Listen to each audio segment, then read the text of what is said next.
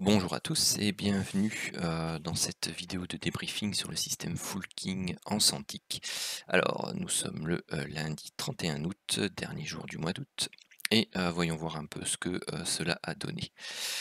Alors ici, nous avions aux alentours des 3 heures du matin un setup de divergence baissier qui a donné son objectif 1 et son objectif 2 et donc il était jusque plus ou moins 8h30 prioritaire. Donc on devait attendre 15 chandeliers suivants avant de pouvoir prendre une quelconque position, qu'elle soit à l'achat ou à la vente. Donc ici on avait 16 chandeliers après. Donc là, on pouvait, sur cette alerte King TT là, prendre éventuellement donc une vente dans le sens de la tendance qui prenait cours ici, donc la tendance baissière. Comme vous le voyez ici, on n'était pas avec l'indicateur de range long terme actif. Donc on devait se référer à la tendance en cours, et donc la tendance en cours, vous voyez ici, hein, donc elle est clairement baissière. On se trouve dans la zone basse ici de l'enveloppe long terme, donc on pouvait, suivant les règles, prendre position ici sur cette alerte. Donc vous voyez qu'elle part, et un petit drawdown de moins de 30 points, et ensuite on atteint l'objectif qui était le plateau vert et rouge bas ici opposé. Donc alors celui-ci a eu lieu également avant 9 h, donc je l'ai mis juste pour information. Moi dans les statistiques je comptabilise vraiment tout ce qui se passe entre 9 h et 21h30. Ensuite, l'alerte suivante, donc l'alerte King TT qui est ici. Donc à nouveau, on n'est pas en zone de range long terme, donc vous voyez, hein, le bleu n'est pas actif ici, donc on doit se référer à la tendance précédente. La tendance précédente, eh on l'a vu, elle ici était baissière, donc on ne peut pas entrer face au mouvement baissier. Donc c'est pour ça que cette règle est établie. Alors bonsoir TomTom, bonsoir Dross, bienvenue à vous. Donc c'est juste le début, hein, donc vous n'avez pas loupé grand chose. Ensuite, vous avez ici une alerte divergence haussière. Donc la validation se donne ici dans la zone grisée. Donc pour rappel, toutes les alertes qui se présentent dans la zone grisée avec les règles de base de la méthode, eh bien elles ne sont pas à prendre. Donc éventuellement pour les plus expérimentés, ou éventuellement pour ceux qui veulent faire du scalping pour quelques points, elle pourrait. Mais les règles de base l'interdisent. Donc vous voyez, hein, par exemple ici, ça c'est une alerte King TT vendeuse qui se trouve dans la zone grisée. Voilà, celle-ci par exemple donnait son objectif de la bande opposée, elle donnait plus ou moins 20 points. Moins les spreads, on va dire 15 points. Donc voilà, ça c'est aussi avec la volatilité actuelle. Bon, les alertes King TT ici qui sont sur le graphique en rouge et en bleu donnent pour le moment des tout petits intradés d'une dizaine, vingtaine de points pour l'instant maximum. Vous voyez, celle-ci est donnée dans la zone grisée, mais par contre, bah voilà, ça stagne et puis après ça part et ça reprend la tendance baissière précédente. Donc voilà les raisons pour lesquelles la zone grisée est présente, parce qu'elle filtre énormément de signaux de ce genre-là. Ensuite, l'alerte suivante, ici, King TT, alerte d'une reprise haussière potentielle. On regarde l'indicateur de range long terme bleu, donc il n'est pas actif. La tendance précédente, eh bien c'est baissier, donc on ne peut pas entrer en position. Bienvenue Feelgood. Cette alerte-ci, vous voyez donc la bleue, l'alerte King TT bleue, elle est donnée, mais en même temps qu'une alerte divergence. Donc quand c'est comme ça, c'est l'alerte divergence qui est prioritaire. Donc je sais que ceux qui font un peu de hors-piste, quand ils ont les deux, bah, ils rentrent de manière anticipée sur l'alerte King TT. Bon, celle-ci a eu lieu en même temps. Et si vous regardez la première ligne de tendance, qui à la base est celle-ci, vous voyez que le break, je vais peut-être zoomer un peu, le break de la ligne de tendance et de la MM15 ici, il n'est pas franc du tout. Donc généralement ce qu'il faut faire, c'est attendre une ou deux bougie suivante pour voir un peu la tournure que ça prend lorsque vous avez ce genre de phénomène. Et vous voyez qu'ici, juste derrière, vous avez le doji. Donc, certains peuvent être rentrés ici, d'autres auront attendu la cassure un peu plus franche ici. Vous voyez que vous rentrez plus ou moins sur le même niveau dans ce cas-là. Donc ici, l'entrée, on va dire qu'elle se fait ici. Vous avez une hausse, vous avez la ligne de tendance long terme ici en mauve qui ne se met pas vraiment à plat, sauf un tout petit peu ici. Et ensuite, vous avez ici une reprise d'une jambe baissière. Donc pour un rappel, le stop est à 60-65 points si vous comptez le spread. Donc ici, on n'a pas été stoppé.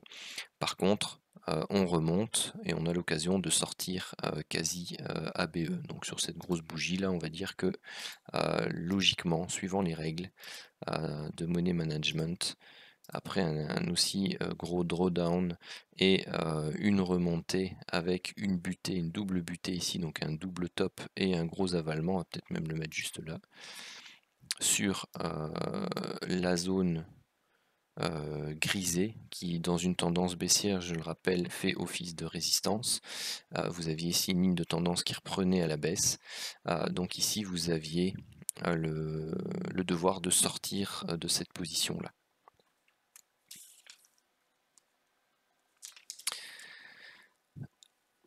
Ensuite, celle-ci, donc vous aviez une alerte divergence qui est donnée ici mais qui n'est pas validée. Donc on ne franchit pas la ligne, ni la ligne de tendance ni la moyenne mobile 15 périodes. Vous en aviez une autre qui était donnée ici et vous voyez l'indicateur en dessous la valide. Et effectivement, elle est validée ici par ce gros chandelier. Donc là, vous aviez la possibilité de rentrer ici. Et voyant la manière dont ça se passe, vous deviez soit sortir ici, soit être sorti ABE.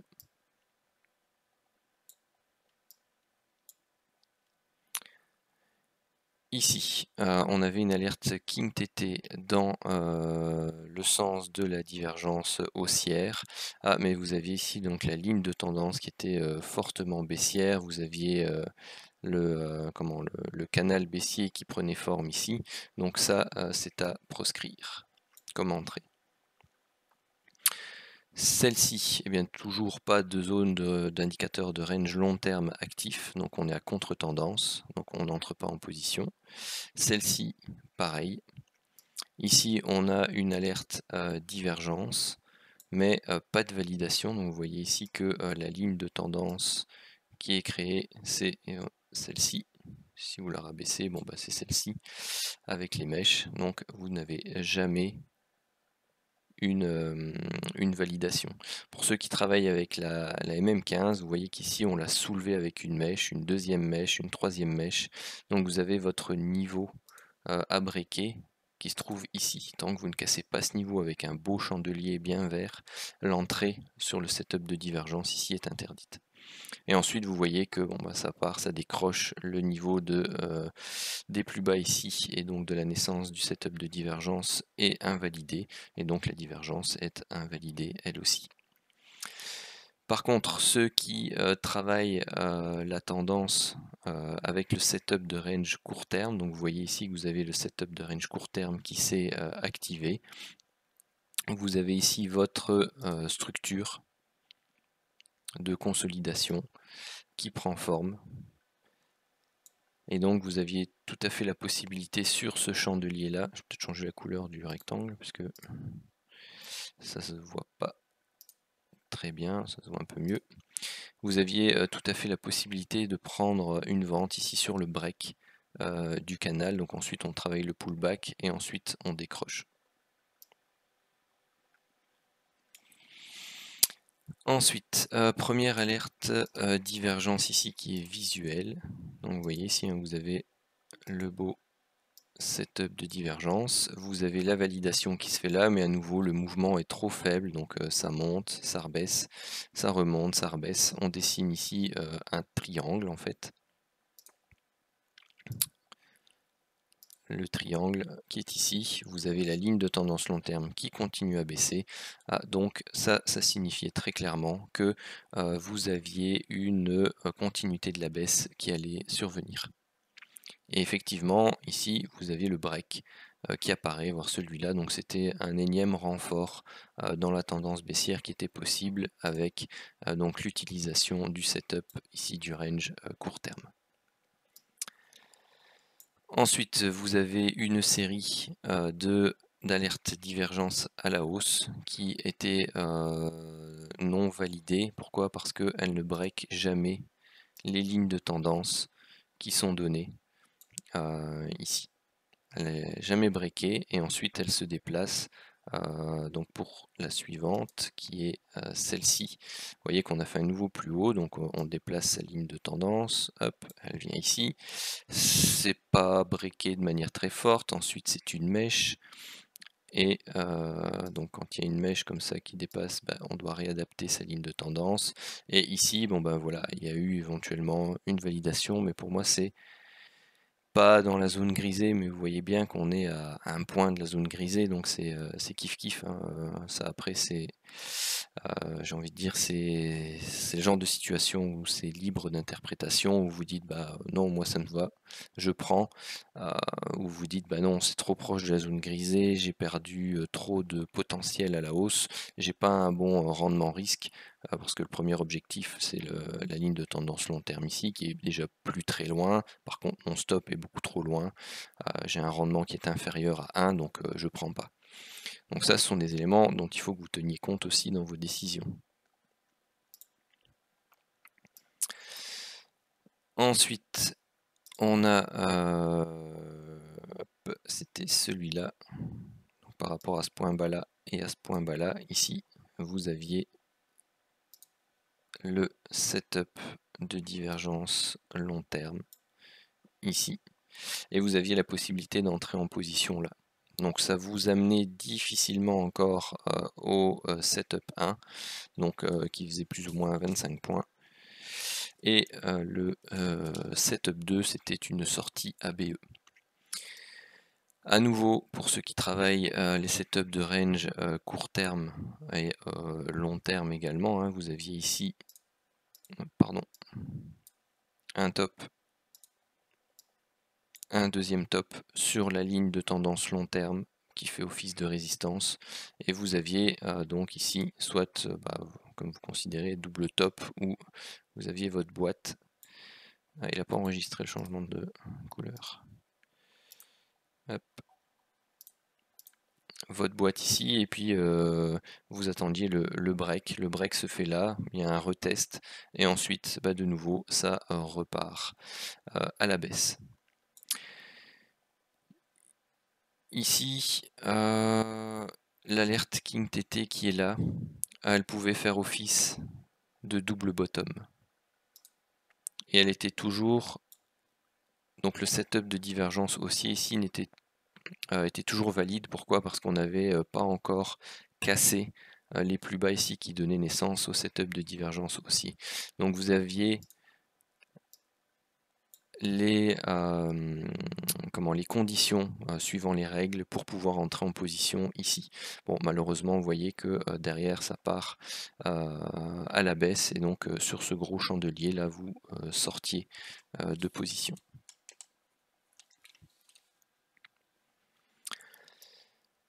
D'ailleurs, vous aviez ici une alerte divergence baissière qui se trouvait ici sur le haut de votre boîte, qui formait le double top qui était validé par le break ici et ce beau chandelier.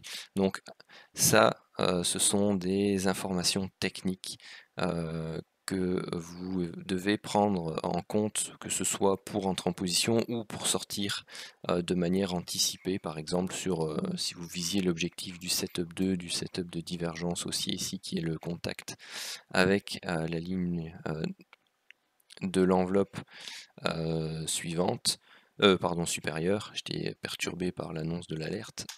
Hop. Eh bien, ça vous donne une information importante, double top, la boîte, ici, avalement, cassure, vous deviez sortir de manière anticipée à, je sais pas moi, c'était 10 points plus ou moins plutôt que à break-even. Voire même, vous deviez prendre une position à la vente, mais ça c'est du hors-piste. Quand je dis hors piste, c'est il y a des vidéos qui définissent très clairement les règles pour ceux qui découvrent le système. Donc il y a des règles vraiment très précises à suivre. Et quand je dis hors piste, eh bien c'est tout simplement parce qu'il y a des personnes qui tradent avec l'indicateur en ne suivant pas toujours les règles. Donc ils sont habitués à l'indicateur, ils l'intègrent à leur propre trading, et donc tout ça, ce sont des informations techniques que je donne en plus dans les débriefings pour que, eh bien, tout simplement, vous puissiez avoir ce regard technique et prendre au fur et à mesure aussi, vous, enfin, quand je dis vous, ce sont les personnes qui découvrent l'indicateur ou qui, pour l'instant, ne travaillent qu'avec les règles de base. Eh bien, ça vous permet d'intégrer petit à petit des informations techniques qui vont vous permettre de déterminer la structure du marché et la manière dont il fonctionne.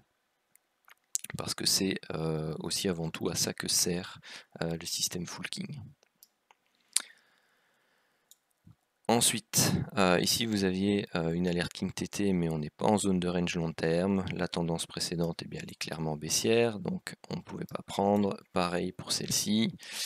Ici, dommage qu'on n'ait pas eu de setup de divergence, parce que ça aurait été un magnifique point d'entrée. Maintenant, voilà, quand il n'y a pas de setup de divergence, que vous avez ici un setup de range court terme, hop, vous avez votre boîte, vous avez des alertes, donc ici pour rappel les alertes vertes, ce sont des alertes qui sont liées aux zones rouges et vertes. Donc les zones rouges, ce sont les zones de survente, les zones vertes, ce sont les zones de surachat.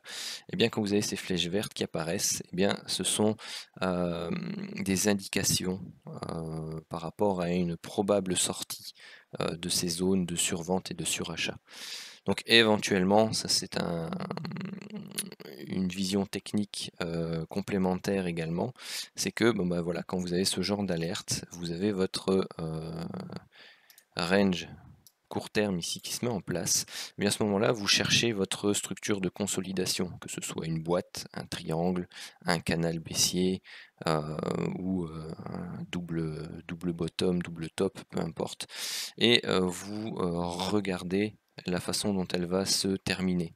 Donc ici, elle se termine à la hausse, donc dans le sens des trois indications qu'on avait là. Donc vous pouviez, pour ceux qui font du hors-piste, prendre tout simplement position ici et aller rechercher tout simplement les mêmes objectifs que lors d'un setup de divergence à la hausse.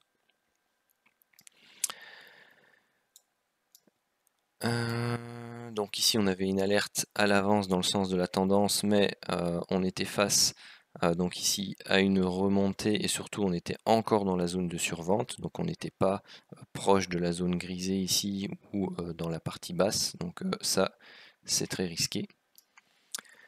Ensuite, eh bien tout simplement ce sont toutes des alertes, donc vous voyez ici on travaille un range relativement long, toute une série d'alertes qui sont données dans la zone grisée, donc ça on n'y touche pas. Hop, et ensuite 21h30, où est-ce qu'on est? 21h30, c'est ici, donc il n'y avait plus rien. Plus rien à 21h30. Maintenant, est-ce qu'il y avait quelque chose après 21h30? Donc ici on avait une alerte à la vente King TT en zone de range long terme. On était dans la partie supérieure, on pouvait former ici un double top, donc celle-ci pouvait éventuellement être prise, mais vous voyez que bah, c'était pas le bon spot, parce que derrière on se fait stopper. Ici par contre vous aviez une magnifique alerte divergence validée ici par ce beau chandelier, et elle allait chercher au moins dans un premier temps ici l'objectif du setup 1. Donc c'était plus ou moins 35 points ici. Et à voir ce que le marché va continuer à faire, mais pour moi la journée est finie au niveau du débriefing. Donc c'est pas habituel, mais c'est important aussi de débriefer ces journées-là. Ici donc on avait 3 trades possibles, 1 gagnant, 2 perdants et aucun BE pour le setup 1 qui nous donnait donc moins 30 points. Et pour le setup 2, on avait donc 0 gagnant, 2 perdants et 1 BE. C'était une des journées les plus plates que j'ai vues en 8 mois. Et donc ça donnait moins 55 points. Donc voilà, une des très rares journées où eh bien, tout simplement il n'y a pas eu grand chose à faire avec le système. Où est-ce qu'il est?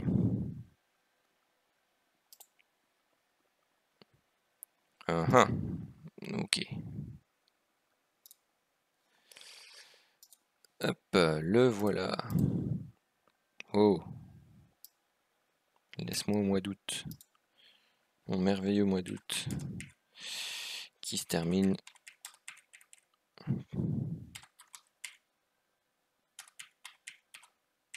Voilà.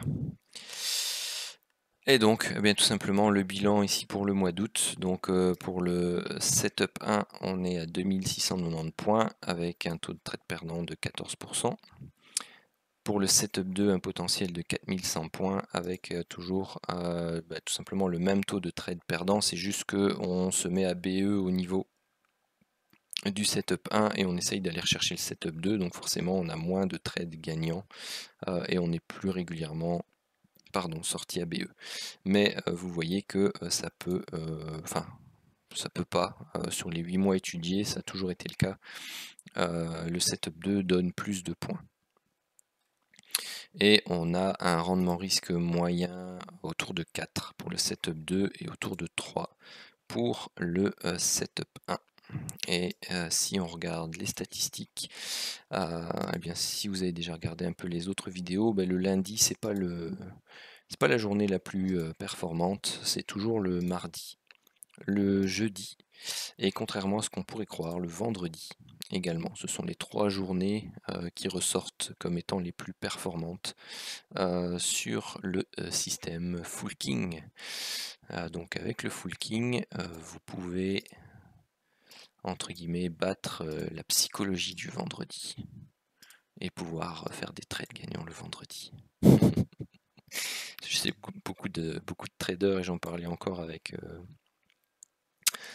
un banquier, non, j'oublie le nom, une personne qui gère les fonds, le patrimoine des clients à la banque. Il disait c'est dingue le nombre de clients qui veulent pas trader le vendredi parce que le vendredi c'est toujours perdant. Voilà, c'est psychologique, je tiens à vous le dire. Donc voilà, c'est là-dessus que je termine le débrief live et tout simplement je vous dis à demain pour le débriefing de demain. Je vous souhaite une bonne soirée et une très bonne journée de trading pour demain.